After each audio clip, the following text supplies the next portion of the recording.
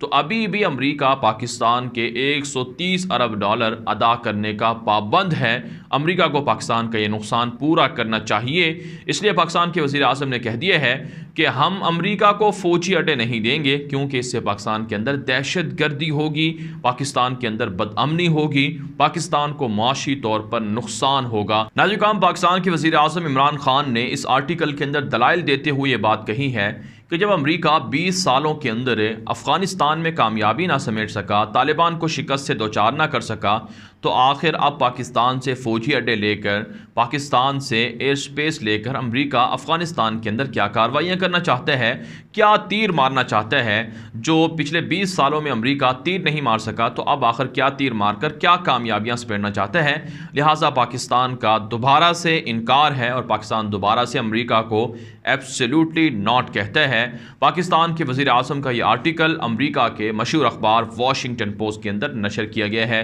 جبکہ ناظرین پاکستان کے وزیر اعظم عمران خان نے اس آرٹیکل کے اندر افغانستان کی پالیسی کے حوالے سے بھی دو ٹوک انداز میں پاکستان کے موقف کی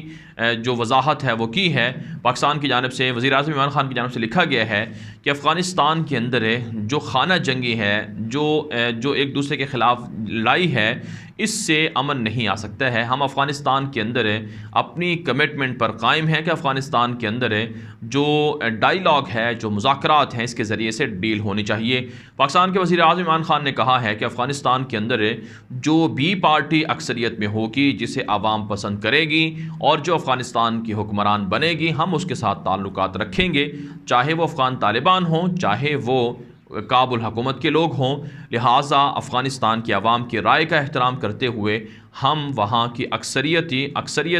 جو حمایت ہے اس کو حاصل کرنے والے لوگوں کی حمایت کریں گے اور اس کو سپورٹ کریں گے۔ ظاہر سی بات ہے، افغانستان کے اندر جو اکثریت ہے، عوام کی جو اکثریت ہے، وہ طالبان کو پسند کرتی ہے، افغان طالبان کے حامی ہے اور افغان طالبان کے ساتھ تعلقات رکھنا چاہتی ہے۔ لہٰذا پاکستان افغان طالبان کو ہی سپورٹ کرے گا۔ لیکن ناظرین، آپ یہاں پر دنیا کی منافقت کا اندازہ لگائیے۔ پاکستان کے وزیر اعظم عمران خان کے خلاف کابل حکومت کے جو میڈیا نیٹ ورک ہیں جیسے کہ ٹرو میڈیا، اس پر پروپیگنڈا شروع کر دیا گیا ہے کہ وزیر اعظم عمران خان نے یہ بیان دیا ہے کہ ہم طالبان کو افغانستان پر قبضہ کرنے کے حامی نہیں ہیں، ہم طالبان کے افغانستان پر قبضہ کرنے کے خلاف ہیں۔ حالانکہ پاکستان کے وزیر اعظم نے یہ بیان نہیں دیا ہے۔ اگر پاکستان کے وزیر اعظم کا یہ بیان ہوتا تو پھر پاکستان کے وزیر اعظم نے یہ بات کیوں کہی ہے کہ جس کے ساتھ اکثریت ہوگی پاکستان اسے سپورٹ کرے گا، اسے تعاون کرے گا، اور پھر پاکستان افغان طالبان کو اپنے ہاں بلا کر ان سے ملاقاتیں کیوں کرتا ہے؟ وزیر اعظم پاکستان عمران خان، پاکستان کے DGISI جنرل فیض حمید، پاکستان کے وزیر خارجہ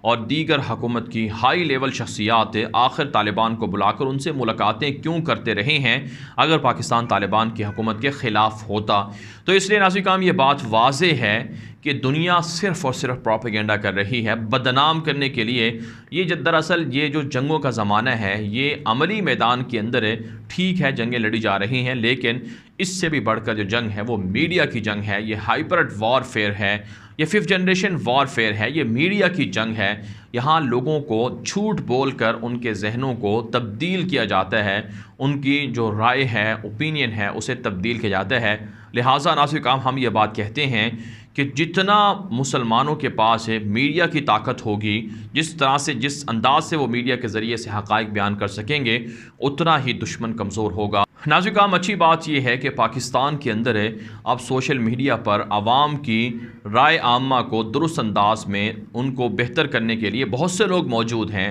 یوٹیوب پر بہت سے چینلز موجود ہیں، یوٹیوب پر بہت سے محب وطن لوگ موجود ہیں جو افغانستان کے حوالے سے، پاکستان کے حوالے سے، امت مسلمہ کے حوالے سے بہتر موقف نشر کر رہے ہیں۔ آپ لوگوں کو انہیں فالو کرنا چاہیے اور انہیں سننا چاہیے۔ ناظرین، اسی حوالے سے ہم بھی کوشش کرتے ہیں کہ آپ کو تصویر کا اصل رخ دکھایا جائے، جو اصل حقائق ہیں وہ آپ کے سامنے رکھے جائیں۔ تو اس لیے ہم نے آپ کو بتا دیا ہے کہ پاکستان افغانستان کے طالبان کے بالکل خلاف نہیں ہے، اور نہ پاکستان افغانستان کے اندر خانہ جنگی کا حامی ہے، اور نہ ہی امریکہ کے فوجوں کو افغانستان کے اندر رکھنے کا حامی ہے۔ ناظرین، امریکہ کو فوجی اڈے دینے کا بیان سب سے پہلے امریکہ کے جو نیو یارک ٹائمز اخبار ہے اس نے نشر کیا، پھر بھارت نے نشر کیا، اور پھر دیکھا دیکھی پاکستان کے اندر کچھ غدار صحافی ہیں، کچھ غدار اور چینلز ہیں، انہوں نے پروپیگنڈا شروع کر دیا، جس میں جیو نیوز سب سے سر فہرست ہے، جس نے یہ بیان شروع کر دیا کہ طالبان نے پاکستان کو دھمکی دی ہے کہ امریکہ کو فوجی اڈے نہ دیے جائیں، اور اسی طرح سے بھارت نے پروپیگنڈا کیا، ان کے بیانات کو نشر کرنا شروع کر دیا۔